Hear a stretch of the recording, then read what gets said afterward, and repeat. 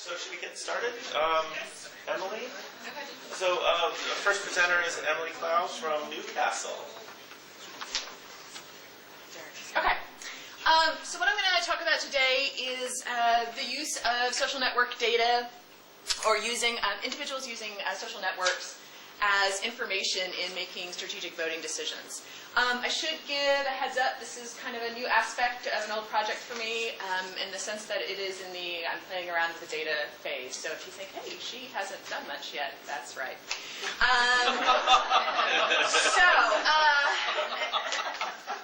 So I'm going to talk about strategic voting. You guys all know what that is. Why is it important?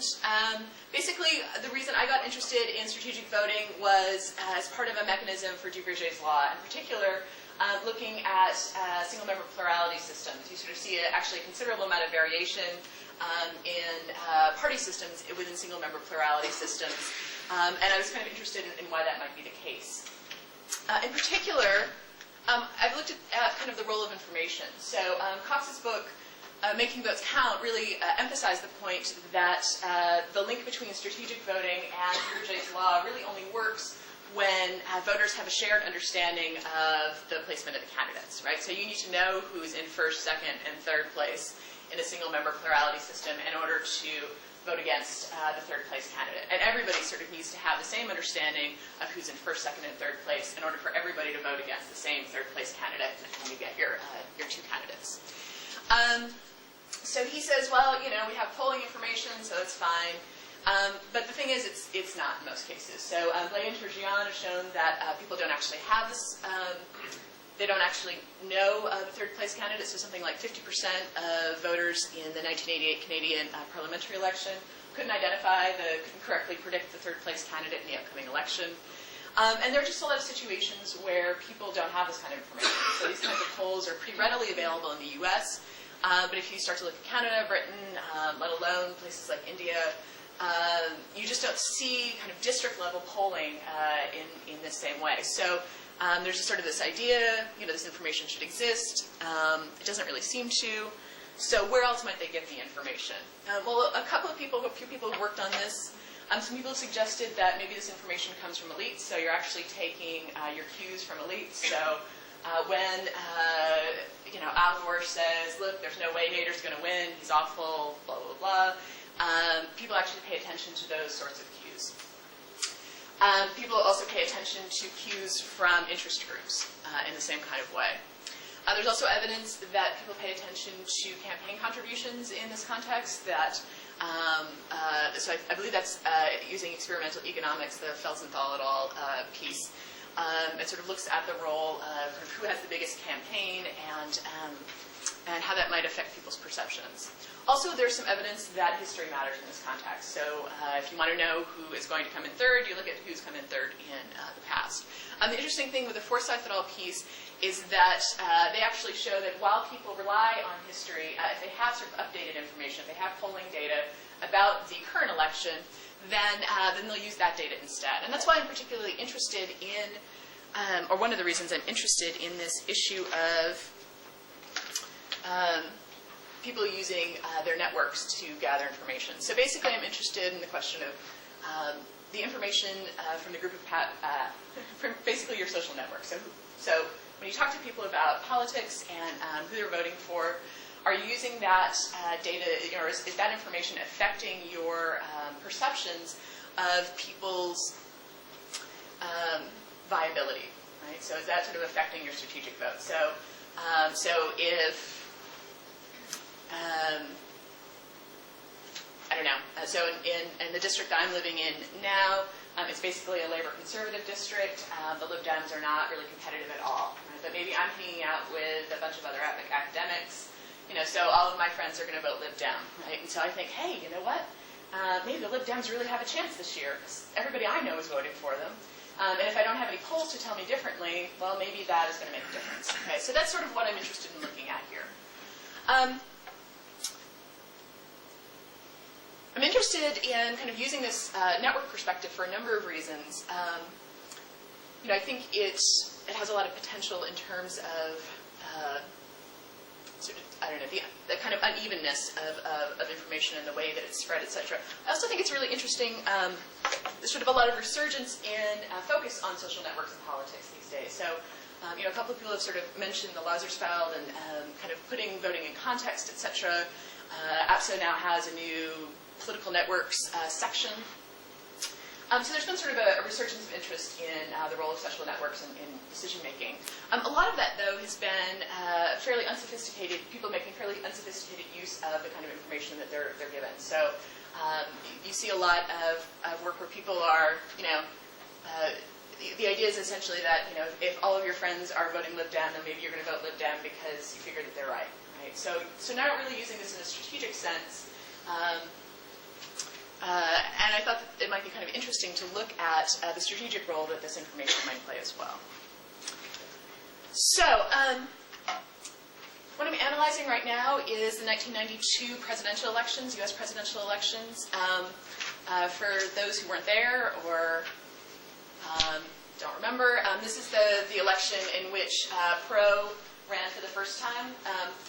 Which makes it a pretty interesting example in U.S. political history because it's one of the only times in the last 30 years or so that a third-party candidate has actually acquired a decent amount of support, and also since he was sort of funding his own campaign, sort of a level of promotion perhaps on level with the two major parties. It has to be said, though, Perot was kind of crazy in the sense that he dropped out of the election in the middle and claimed that Republican operatives were spies at his daughter's wedding and trying to mess up his life, and then came back in the election to avenge himself. So it's not a perfect example, but it's what I've got. So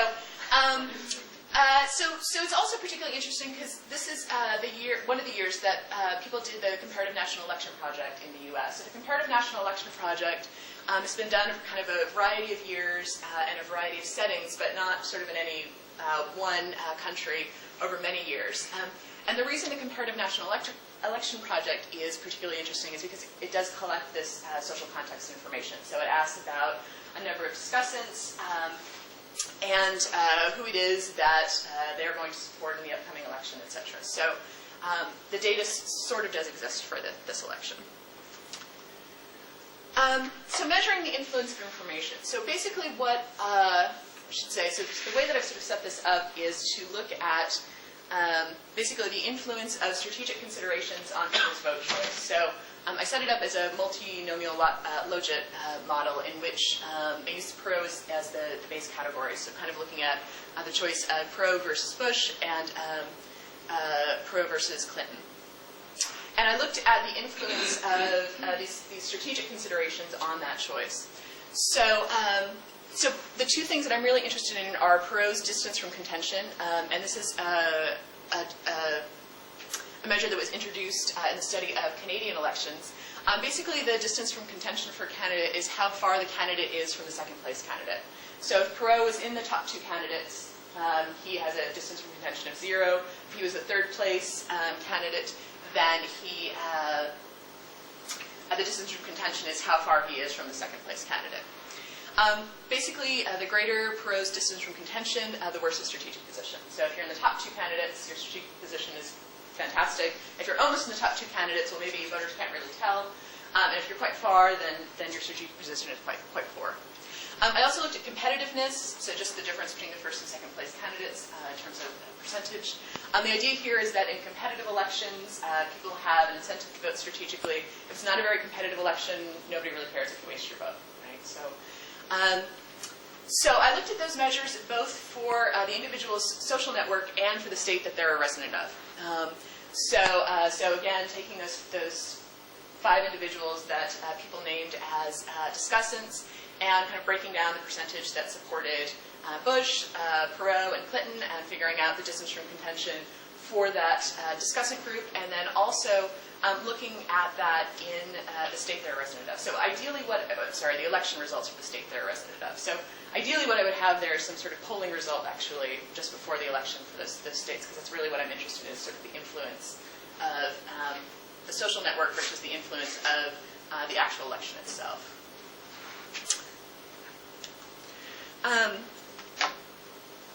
Briefly, those are results. So these just looks, this just, where am I? No, that doesn't look either. Pointer is Middle, was it? No. Oh, there it is. Sorry. Okay, I'm just going to point. I'm old school. So what we have here is the distance from contention and competitiveness in the state. And this, we have it for the social network. And then also just as a couple of sort of control variables, I put in feeling thermometers for Perot, and also whether or not an individual identified with a party at all. And sort of figuring, since he's an independent candidate, that might be interesting. So what you see here is that when we control for distance from contention in the network and the feeling thermometers, etc., the state level, sort of macro level distance from contention, doesn't seem to matter in the case of Clinton and does seem to matter in the case of Bush, so it is still significant. Competitiveness, for some reason, not coming as significant. In the network, which is really what I'm interested in, it looks as though the strategic concerns or the strategic position within the network does actually have an influence, at least insofar as the distance from contention is concerned. Obviously, though, in that case, the competitiveness is also not particularly effective. So anyway, so I was a little bit cheered by having these kinds of results. That's what I'd like to see. But again, it's obviously not particularly sophisticated at this point. Potential problems, I'm sure you've come up with lists of your own, but ones that I've been kind of focusing on. One is obviously a data problem.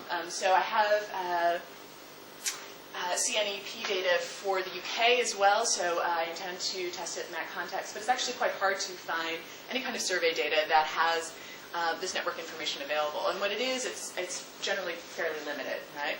Okay. Also, just a question of causality, right? So this is sort of the way that I've chosen to manipulate the network data. It's also plausible that this could be interpreted in a very different way, right? Those distance from contentions probably also reflect general support within the network, and so it's plausible that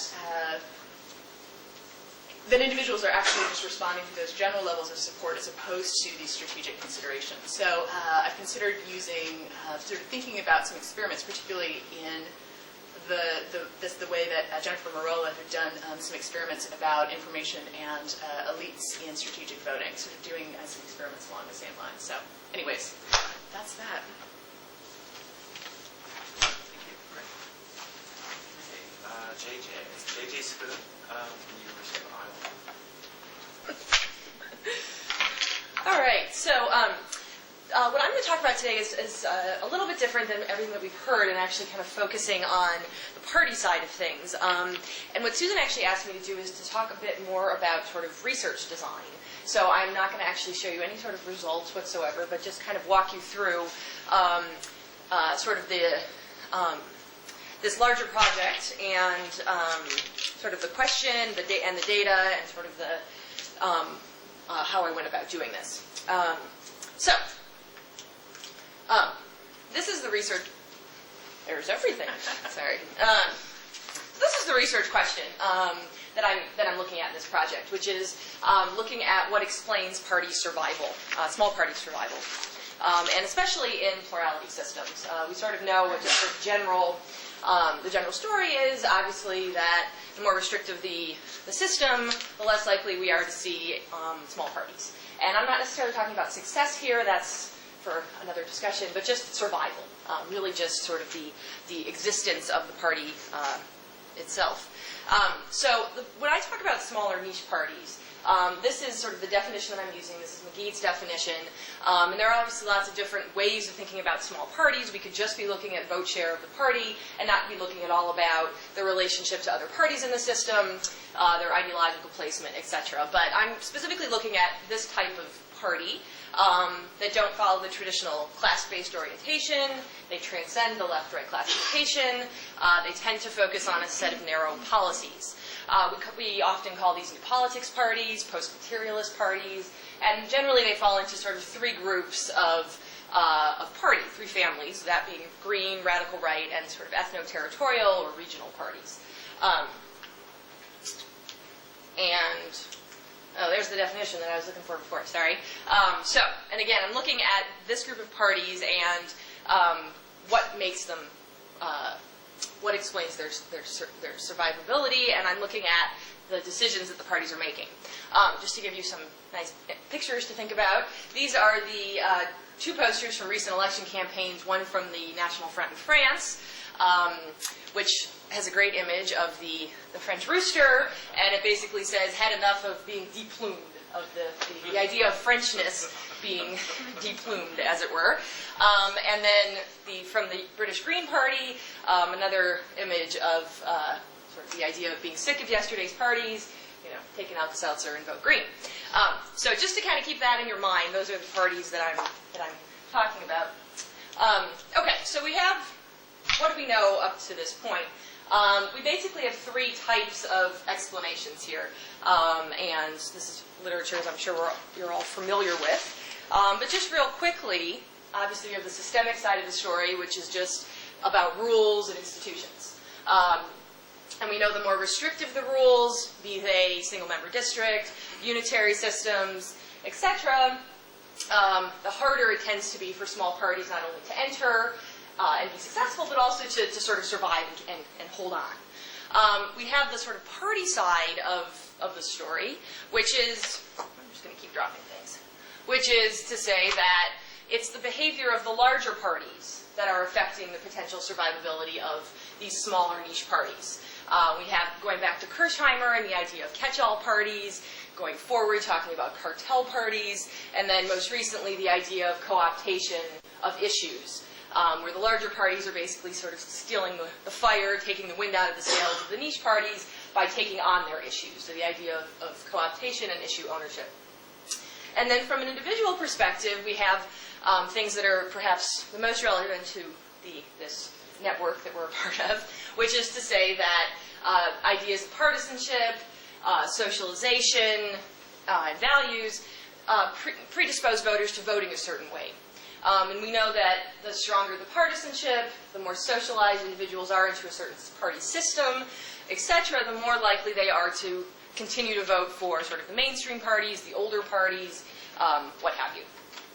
So this is sort of what we know up to this point. And what I argue is missing is small party agency, is the fact that these small parties are not just necessarily reacting to the system, the larger parties, the behavior of voters, but that they have a part in the story too, that they actually have a role in this. And so I argue that the parties are dynamic, and they're proactive. They're not just reactive. And their decisions are largely based on, and their survival, is largely based on the decisions and their interactions with the larger parties. And that this is an over time story. We can't just sort of look at one election and make conclusions, that we need to look at sort of party evolution and over time dynamics, as well as the political context, because we know that matters as well. And so the argument that I make is that party survival is based, again, thinking about this idea of agency, is based on the party's ability to balance two different goals. Okay, not to get into the whole literature about what party goals are, but we know that parties have multiple goals. And we know that they have policy goals, we know they have office and vote and seat goals. That they're not mutually exclusive, obviously. But for small parties, and again, the more restrictive electoral system that the system is, the more there is a need to balance. Okay, and so I have a nice little seesaw image there for you. And the two things that they need to balance are both policy differentiation as well as vote maximization. And for just ease of discussion, I'm lumping together sort of seat maximization in office and vote together as a separate basket of things and outcomes than policy. And this, balancing this and sort of finding the right amount of differentiation, the right amount of strategy that's going to maximize the vote is going to lead to party survival. Too much of either, the seesaw gets out of balance, and we're likely to see parties fizzle and die, as it were. Okay, so in order to test this, I do I use a multi-level and mixed method research design, which I'm going to focus mostly on the mixed method part, which is to say that I'm looking at both cross-national comparisons, and what I'm focusing on is the relationship between socialist and green parties.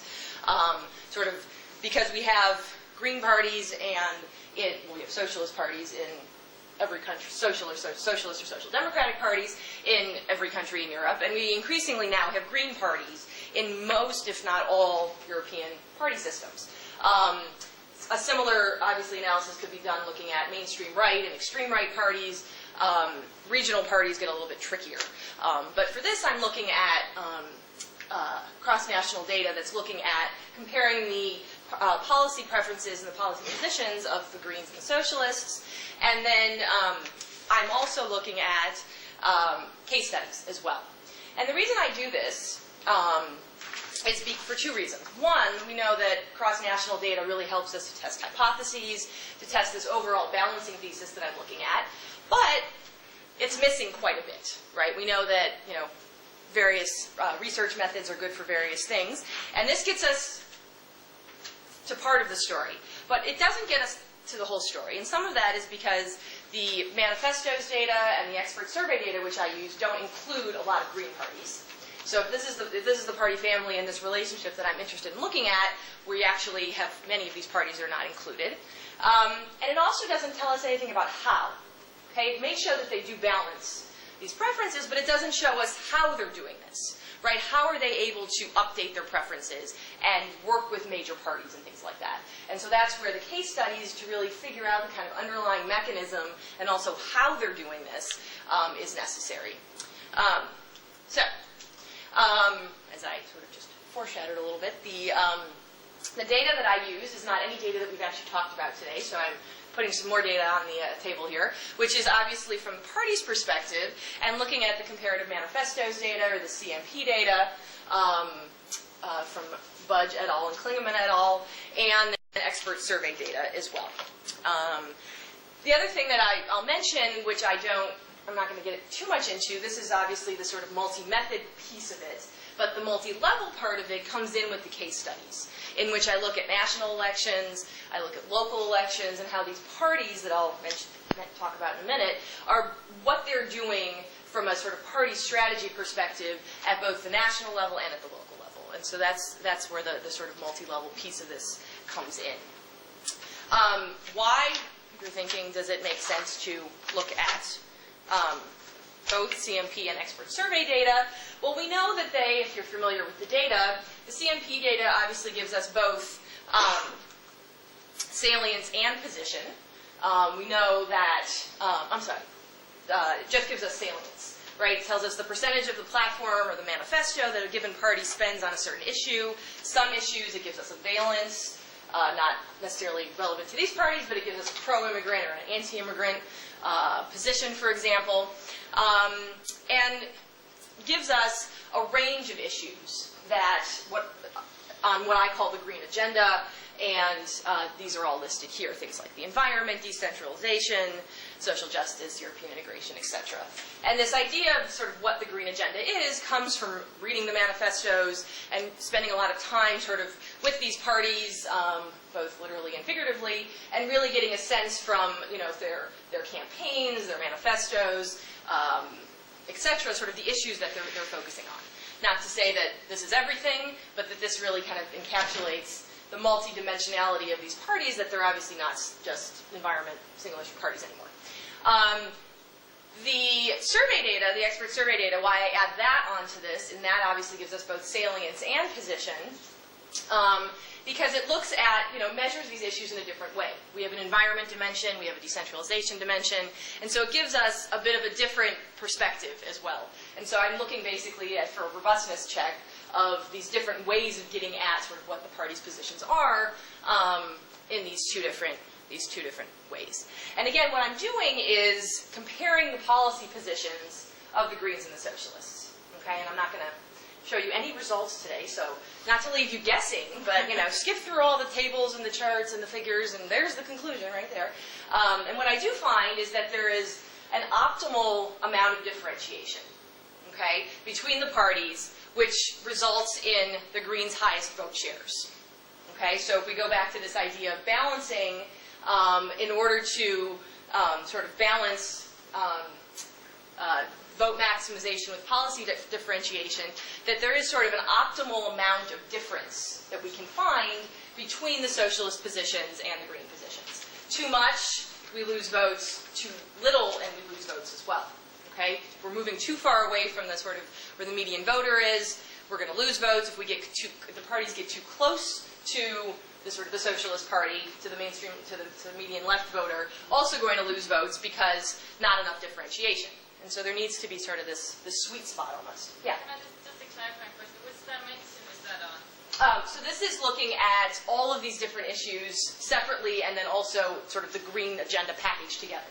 And there is some differentiation among the issues, but generally this is the finding overall. So that's kind of that. So that's what I'm looking at, and so that's sort of the finding, sort of testing this sort of balancing thesis by using these various data sets.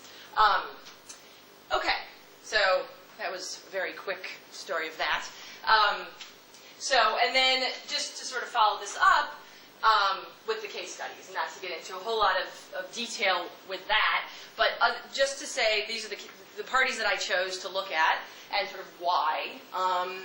So took a most similar systems approach, and for various reasons. And one is that I'm interested in looking at the parties that did survive, right, and not the ones that died. Sort of what did they do to enable them to survive, okay? Because we can come up with all sorts of reasons, perhaps why the parties didn't, but if we want to look at why they did survive, it makes sense to sort of compare two that have, and control for some things. One, they're both in plurality systems, and this was sort of some of the motivation of the project, was to understand why or how parties in these both sort of inhospitable systems have been able to kind of stick around and haven't just gotten absorbed by the major parties in one way or another. So both in plurality systems, obviously France is a two-round system, but the decisive round works the same way. And so these are the two parties that I looked at, the French Greens and the British Green Party as well. And I look at, not to get into much more detail than this, but I look at both communication strategies and campaigns. I look at media coverage. I look at how the parties use the media in both national elections and European Parliament elections. And I look at sort of electoral strategies, right? So how are the parties working with the mainstream parties, working within the system to sort of craft an electoral strategy that is going to be the most beneficial for them. So in the end, it's sort of a three-pronged approach to looking at the strategies, both from a large end perspective with the manifestos and the expert survey data, and then also, again, sort of jumping in and really looking at sort of the how and the why of a couple of these parties that have been able to sort of get past this hurdle that has been imposed on them by the system itself. So I think that's that. Look at that. There was more stuff on there. So I just told you all of those things. Just to conclude, obviously this was a really quick sort of introduction to kind of just the process of going from sort of a research question and sort of thinking about the best data to answer the question, and sort of why a multi-method approach really helps to best answer these questions, whereas sort of just using one piece of it would really leave a lot of things sort of open to question. So here you go. Thank you. Okay, so we have the final paper, Aida from the University of Essex. You're at Essex. But you're here at Exeter. I'm playing with you, I know. Thank you very much for having me here today. It's really nice to have this opportunity to present some of my work here. The paper that I want to talk about today is part of a larger project on immigrant political behavior I've been working on together with Chris Anderson. Unfortunately, he's not here today, he couldn't come. But this is still a work in progress, so any comments and suggestions are very welcome. So as many of you are probably aware, immigration has been on the rise in many European democracies, with some countries such as Sweden, Germany, Switzerland, Luxembourg, Austria and Ireland now reporting similar or even higher shares of foreign-born populations as traditional immigration countries, such as the US. And as a consequence, immigrant integration in their host societies has become quite a contentious issue. And some of the crucial questions have been whether immigrants do or should have opportunities to express their political preferences, whether they make use of those opportunities, and whether integrating them politically, for example, via the route of citizenship, or failing to do so may affect the quality and stability of democratic life. To date, however, we have surprisingly few responses to these debates. With growing migration, researchers have focused increasingly on explaining the attitudes and behavior of native populations by studying, for example, anti-immigrant attitudes or the rise of extreme right parties. And little is known about immigrants themselves, that is, how and why they engage in politics and how the political or social context in which they live in their host societies shape their political behavior. Research in this area that exists remains quite fragmented because most of it has been conducted in single or few country or even city settings, and where context varies very little. And most of studies have been conducted in the United States, which is a country in many ways, not the least of which is immigration policies and history quite unusual from a comparative perspective. So in this paper, we seek to contribute to the literature by focusing on a cross-national study of immigrant political participation, and we seek to develop a model of immigrant political action that connects individual motivations to get engaged in politics with the macro-social context in which participation takes place. And here we are particularly interested in the role of social context in the form of anti-immigrant attitudes, or what we call opinion climate towards immigrants in shaping immigrant political engagement. So the specific research questions that we seek to answer here are, first, do anti-immigrant attitudes among natives influence immigrant political participation? And if so, do they lead to political mobilization or apathy among immigrants? And finally, are certain types of immigrant political action more sensitive to anti-immigrant attitudes among the natives? As such, our study contributes to the existing literature by considering anti-immigrant attitudes as a critical independent rather than dependent variable. In addition, by distinguishing between different types of political engagement, we go beyond electoral participation, which is the kind of political engagement that most immigrants are not entitled to. And finally, we go beyond the case of the United States and use empirical data from a large number of European democracies with diverse immigrant populations. So it has been long known that political context, political environment systematically shapes people's political engagement, and that opinion climate in particular has a powerful effect on people's attitudes and behavior. The spiral of silence theory, for example, argues that individuals constantly and to a large extent unconsciously scan their environment, trying to assess which opinions become favored by the majority and which opinions might lead to social exclusion. Consistent with this perspective, numerous studies have shown that electoral behavior, voting turnout and vote choice are quite sensitive to public opinion poll results and people's perceptions of candidate popularity. Now, research in social psychology also suggests that individuals who belong to subordinate or less powerful groups in a society are particularly attuned to their environment and pay attention to shifts even in nonverbal or affective tone of the dominant group members. And since foreigners typically lack or perceive themselves to lack access to important political and social rights and protections enjoyed by the natives, and therefore objectively and subjectively occupy a less powerful position within their host societies, we can expect that micro-opinion climate towards immigrants will play an important role in shaping their political behavior. Now, while there are strong reasons to suspect that opinion climate matters for immigrant political engagement, existing research is less clear about how it actually matters. There seems to be two sets of findings here. The first one suggests that country openness towards immigrants and efforts to integrate them in various spheres of society is what makes them more politically engaged. And this perspective usually draws on the so-called political opportunity structure approach, suggesting that immigrants are more likely to engage in collective action if they believe they have a chance to succeed in the environment of their host country. Therefore, countries that provide opportunities for immigrants to express their political preferences and contribute to collective policy decision-making are more likely to have politically active immigrants. In contrast, states that are hostile or close to immigrant political input are more likely to produce apathy and alienation in migrant communities, whose grievances might sometimes manifest themselves through violence and crime among poor immigrants and return or further migration among highly skilled immigrants.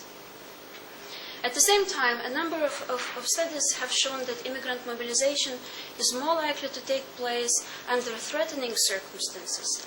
In the US, for example, anti-immigrant legislation in the mid-1990s, which sought to restrict immigrant access to welfare benefits, had a powerful effect on voting turnout among first and second generation immigrants.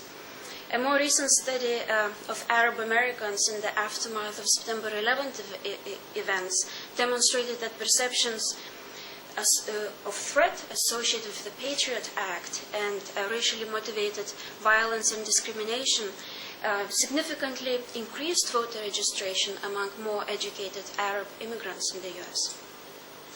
Similarly, in France, the political mobilization of black African immigrants has been attributed to their efforts to defend their housing rights, and in Belgium, immigrants rallied fiercely in defense of their enfranchisement in response to growing anti-immigrant importance in electoral politics.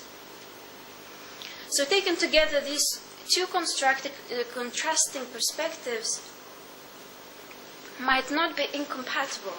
And they seem to suggest that political opportunity structure might be a necessary condition to connect immigrant political grievances with their political action. So therefore, we hypothesize that opinion climate will have direct and contingent effects on immigrant political action. First, immigrant political engagement will be higher in countries with more friendly attitudes towards immigrants. And we also expect that this peaceful mobilization of grievances should be particularly pronounced in countries with more favorable climate towards immigrants. In addition to this, we expect that the type of political action will also matter. Existing research suggests that positive attitudes towards the system are associated with conventional or more institutionalized types of political engagement, whereas mistrust and political grievances are more influenced more powerfully on conventional engagement. And this has been found to be particularly true for minorities that lack access to politics through conventional channels and are alienated from established order. Now, considering that immigrants are generally less well incorporated in social, economic, and political spheres of their host societies compared to natives, they may find an institutionalized political act a particularly useful venue for expressing their grievances. So we therefore expect that political grievances will have a stronger effect on immigrant engagement and institutionalized political acts, and that opinion climate will be a particularly useful catalyst in connecting these grievances to an institutionalized acts. And this is because uninstitutionalized acts are usually much less socially acceptable and they are harder to sustain. and therefore we think that opinion climate should have a more powerful effect in connecting political grievances to uninstitutionalized political action. So to test these ideas, we used the European Social Survey, a two-wave cumulative file from 20 European countries that include both established and new democracies, and we employ multi-level estimations with individuals clustered at the level of countries.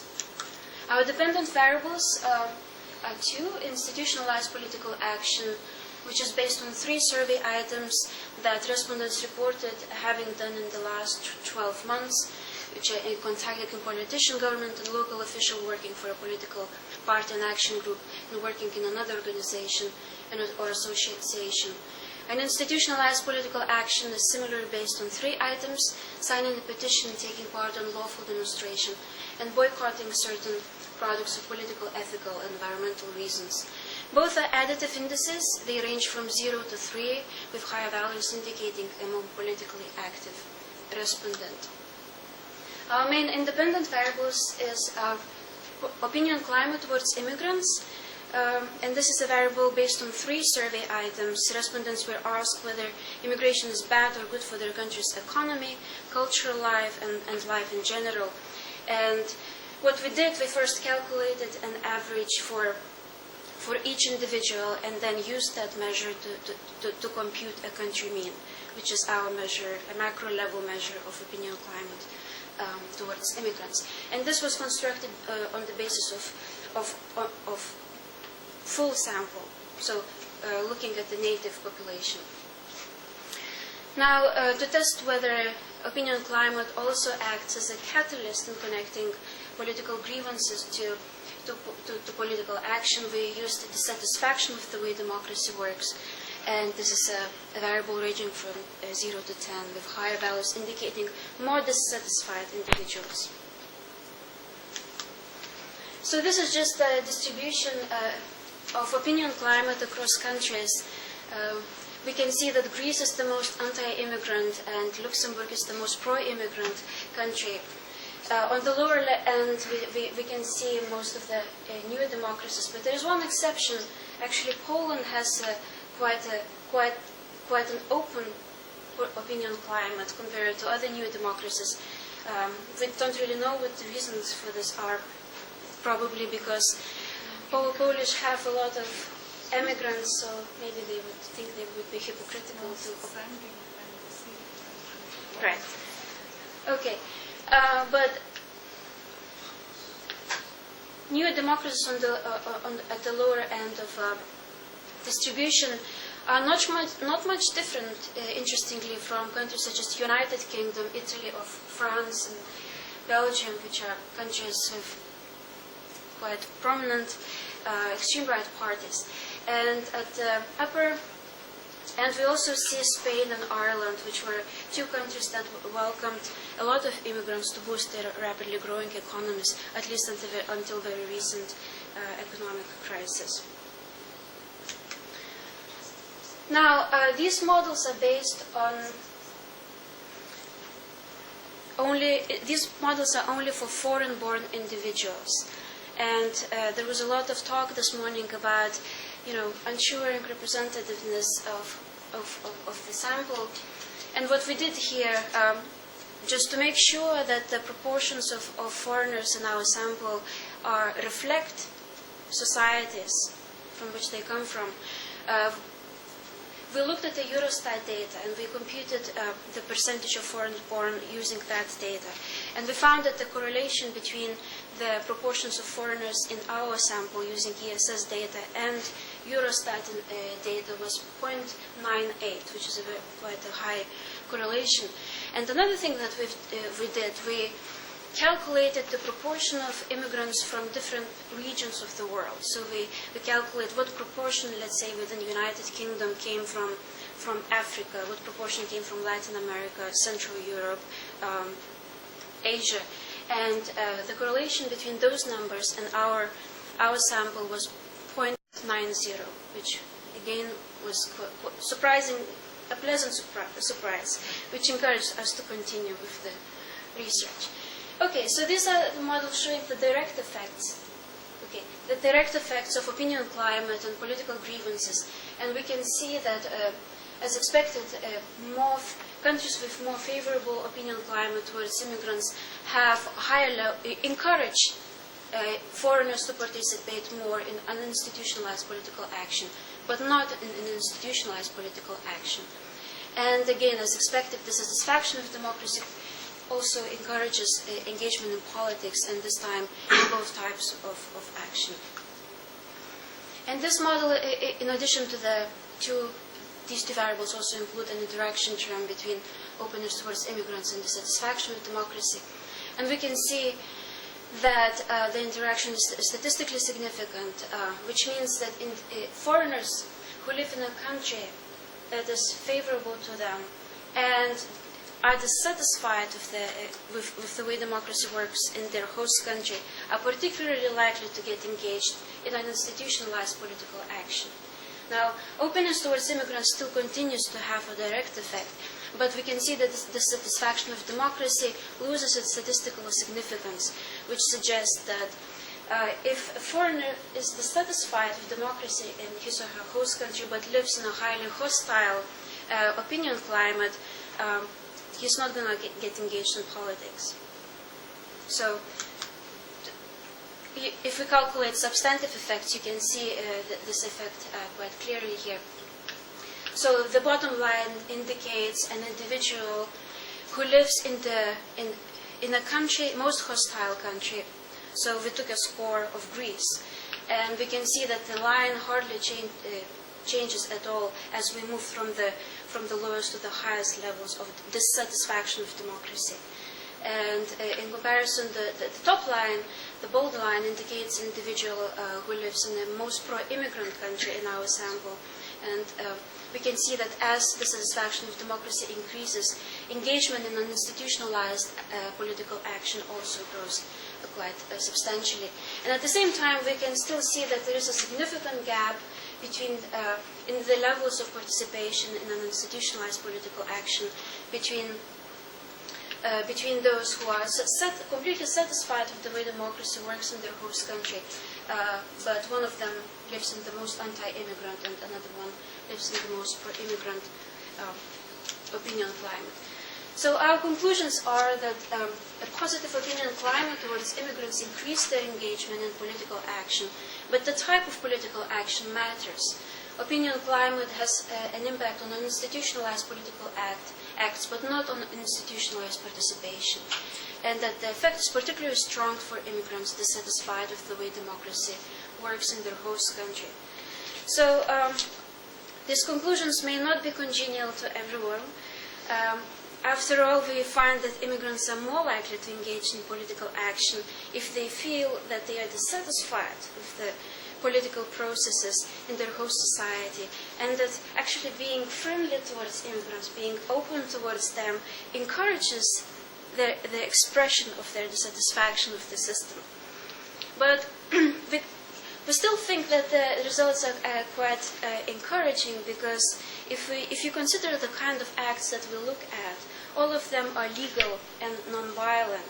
So at the minimum, our results then suggest that a welcoming environment can counteract immigrant political dissatisfaction from going unexpressed, and that this may ultimately prevent more violent expressions of such feelings. Thank you. Okay, well, we have about 20 minutes for questions. And that even allows a little flexibility. Let me just collect a few questions, Sarah. I enjoyed all of the talk very much. I just have a question for Aida in the last paper that I'm really interested. And these are really just sort of questions in terms of further elaboration of some of the things. The first thing is the not born in the ESS. Of course, you can be an immigrant in very many ways. And, I'm obviously an immigrant in this country, but I might feel more marginalized had I been a different type of immigrant than I am. So, and of course the ESS allows you to, for example, look at things like religion, and you might feel more marginalized, let's say, if you're a Muslim immigrant than if you're a Christian immigrant. And it's just a different ways in which you can look at that, and I was wondering whether you had, and if you hadn't, I would encourage you to look at that. And the other thing is, when you think about opinion climate, you're using this sort of aggregate of individual opinions on this sort of index, which covers different questions about the cultural and economic contribution of immigrants. But one thing, of course, which I would think would matter is the degree to which these things are actually politicized. So one thing is, you know, if you actually, and I think especially since you're looking at political participation, I'm surprised that you look at it only as a sort of aggregate survey measure and not try to get indicators of politicization of attitudes towards immigrants. For example, in terms of the rhetoric in the, you know, far-right parties or the media, because you'd think that would matter more in terms of politicizing and mobilizing immigrants than just this sort of survey measure. So I was wondering whether you thought about looking at more external measures to the survey. Thanks, Sarah. I'm just going to collect maybe 4 or 5 questions in those. Okay. Also to Aida, I noticed on one of your results was that immigrant women are more likely than immigrant men to participate in non-institutionalized forms of political action. I was wondering whether that is in one of the 3 different indicators that you have, and or whether it's in all of the indicators, because it came to me a bit unexpected. But do you have any explanations for that? Sorry, Ari and Renee. I have a question for Emily, but I just need to ask you a clarifying question or to ask my question. That's okay. Sure. The distance from contention, is it the state, the district, in one's... It's in the state. In the state? Yeah. Okay. It is the result of the state. So then my question is, either that or simply Cox's SF ratio, some empirical, some measure of the competition. I wasn't sure why how you interpret it as about the network, one's network necessarily. I would think that it would be part of the calculation, or one alternative equivalently that it's part of one's calculation. Is it worth it to vote strategically? Right? If the first candidate is far ahead, there's probably no point in voting strategically. And if the second and third are very close, that increases the benefit or utility of voting strategically. So it could be simply part of the voters' calculation, which is how I take it. I wasn't sure about the network connection. One more question. I have one question about the small party survival, and I would be interested in timelines of time span are you talking, and also maybe one huge difference between parties you have been talking about and parties from Slovakia, a country where many small parties survive and many died, and so the origin of the party, because you have been talking about the newly established party who have found this niche, but we have also many small parties which were splitted from the bigger parties due to some problems inside the bigger or middle-sized party. Okay, well, let's let them respond, and maybe we have time for another round. You make it short. Okay. Well, thank you very much for the questions. I think they're quite useful. We haven't thought about politicization of immigration yet. I think politicization becomes particularly important, for those studying elections, because the idea is that public opinion is usually quite restrictive, and it rarely influences electoral politics, but it only becomes important when it becomes politicized, mobilized in electorally crucial districts. So, we are looking at sort of where it comes from. We are looking at the sort of social environment in which immigrants live in, and I don't know. It could be that politicization increases opposition towards immigration even further. And we haven't looked at that, but that could possibly be a useful thing to do. I mean, in terms of capturing different features of immigrant background, we actually control for a lot of facts. I'm not sure if we included religion in this particular model, but we did include in other models. And I mean, this is not exactly the focus of our paper, but we did try to control for a number of things, like for democracy level in the country of origin, and levels of development in the country of origin from which immigrants come from, and how recently arrived, to assess how powerfully they might shape the behavior, and many of them are actually quite important. And we talk a lot more. We have a different paper on citizenship where we specifically look at the interaction of country origin effects, which comes out quite interesting because we find that country of origin characteristics are really important because they tend to interact with citizenship. So, for example, for someone like you coming from Denmark, citizenship is not that useful, but it becomes a very powerful stimulant for engagement for individuals coming from a lot of less democratic or less developed countries. So I think there is still a lot of space in there to do research. Now, the question about immigrant women. Well, when we think about immigration, actually, immigration has a lot of gender issues. The very process of migration is actually quite gendered, because if we look at how migrations originate and then how they continue to mature, actually they begin with a very male migration, and only later that we observe women arriving as well.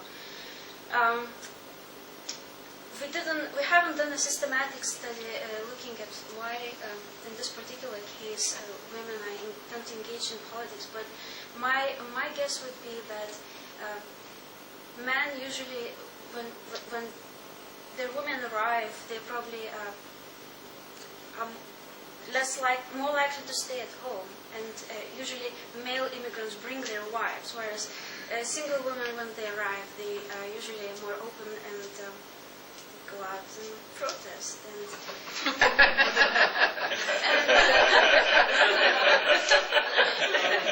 And actually, I mean, this might sound funny, but some research from the US, especially from New York City, shows that actually single women are a lot faster converging to the patterns of native populations than men, for some reason. They tend to get integrated in their host society a lot faster.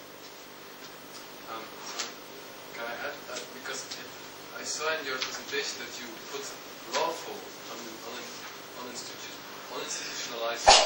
So maybe that's also a point. Men are far more unlawful, like, if you know what I mean. So maybe men are more presented in the unlawful, uninstitutionalized protest things, and women might choose lawful ways to make that point.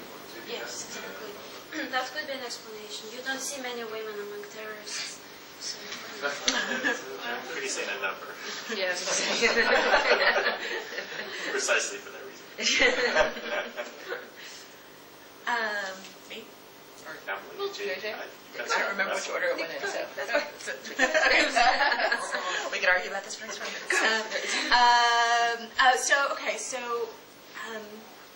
In terms of kind of why using the distance of contention instead of the SF ratio, was that? I'm sorry, the question seems so long ago now.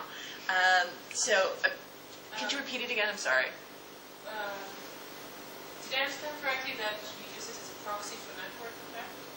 I use the distance from contention both in the network and in the state. So the network effect is coming from the distance from contention within the network.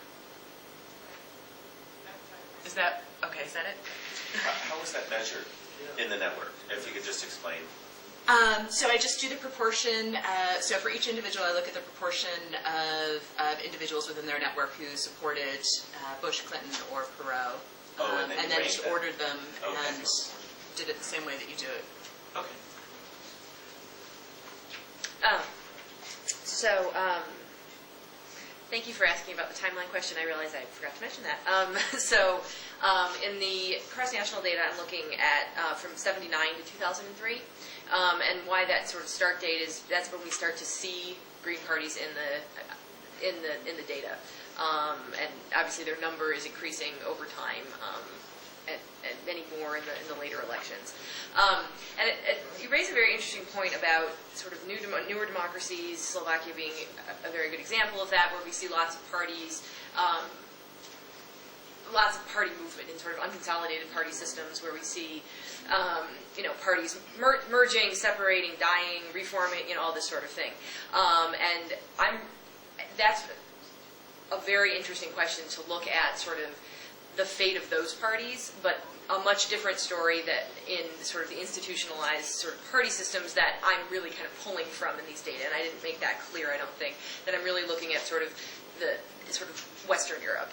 And I think that we, sort of looking at how this model could then be sort of exported to more, uninstitutionalized, more fragmented, less established party systems, to sort of think about how it could be exported, because it really sort of helps to explain a certain family group of parties that really sort of are these sort of new politics parties that really came out of, sort of the sort of classic, unresponsiveness of the existing party system sort of thing.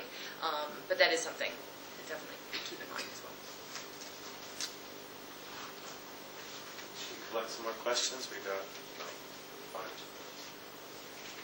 So efficient. Yes. Yeah. You did not show, probably you have, but do you have demographic and social-political control variables in the models? Not yet, no.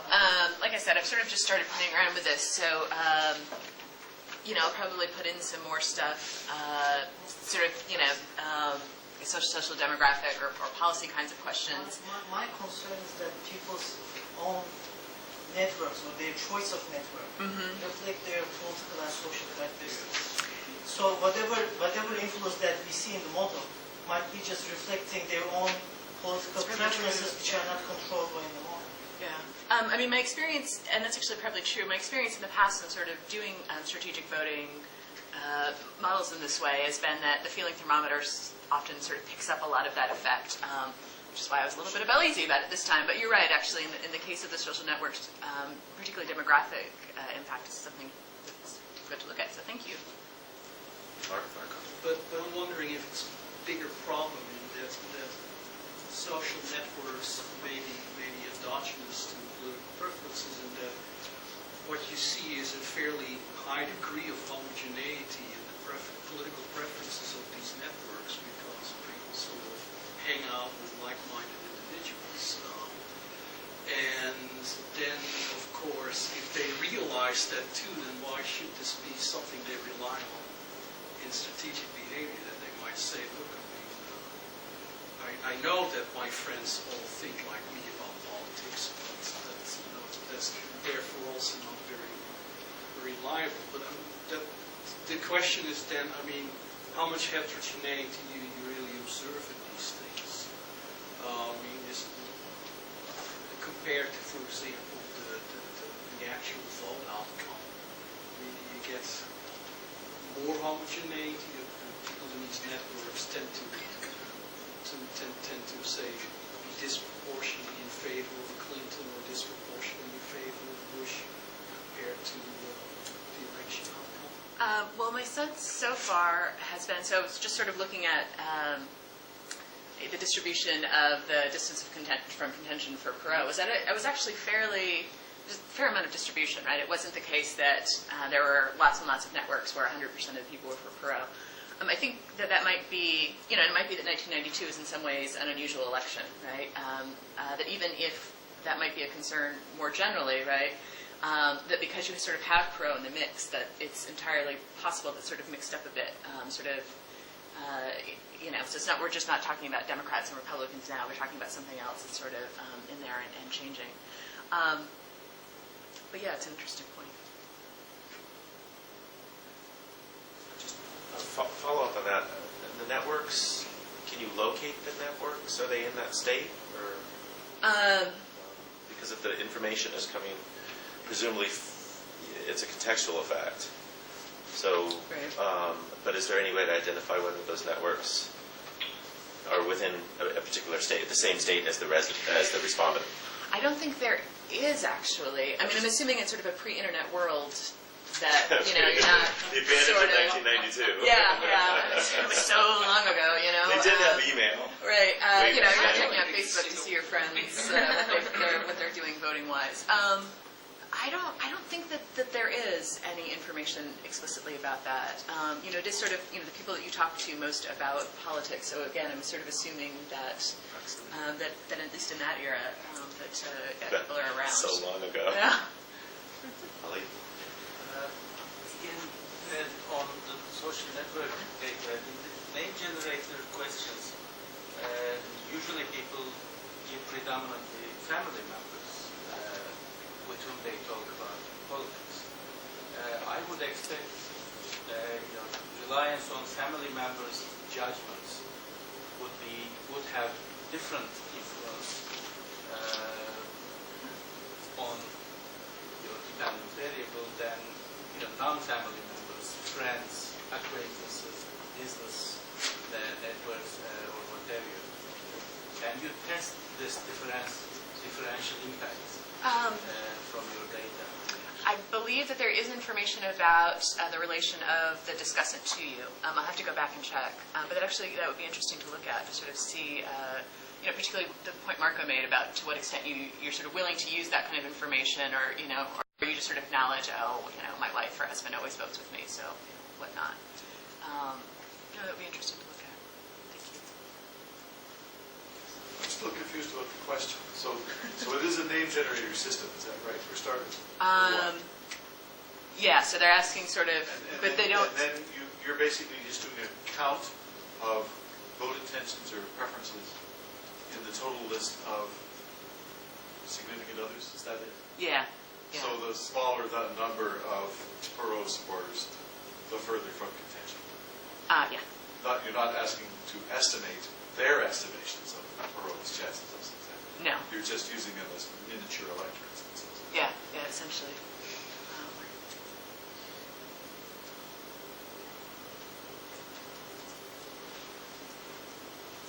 Just for the sake of changing topic to another, one of the other speakers, I have a follow-up question for JJ, because I wasn't really clear what you meant by survival, basically a dependent variable, because at the end we did talk about relative vote shares, which is pretty, I would understand as a measure for relative success, while survival for me is a dichotomous kind of variable, either parties alive or is dead.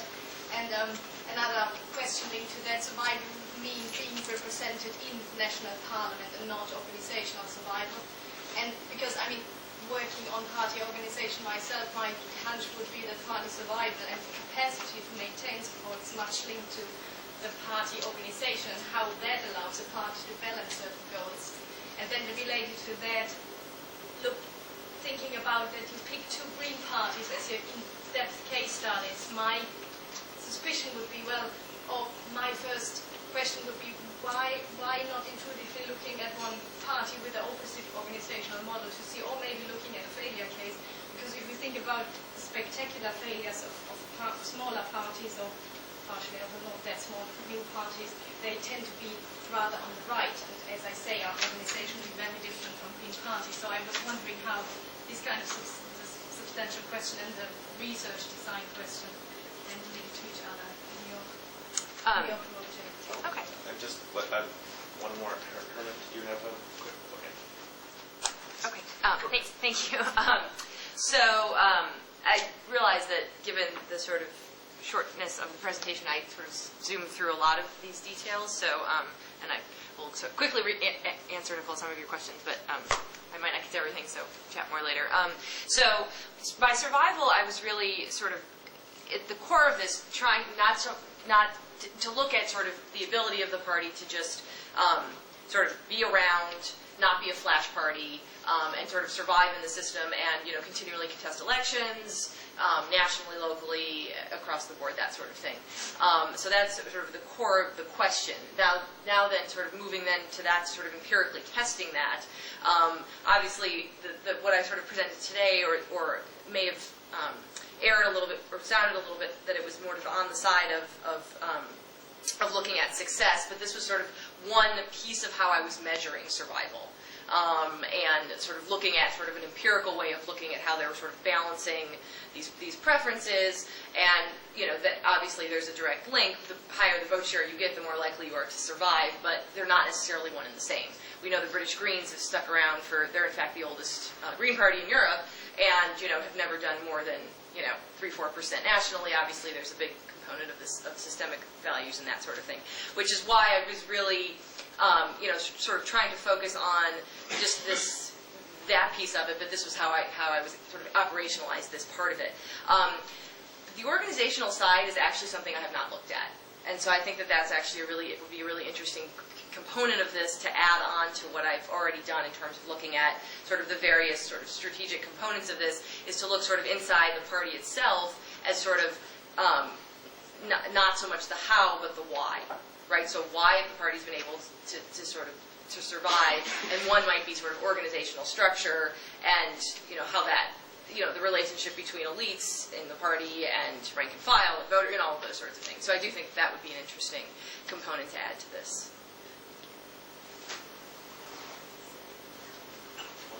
One last question. Forever. Okay, well, thank you. That was excellent.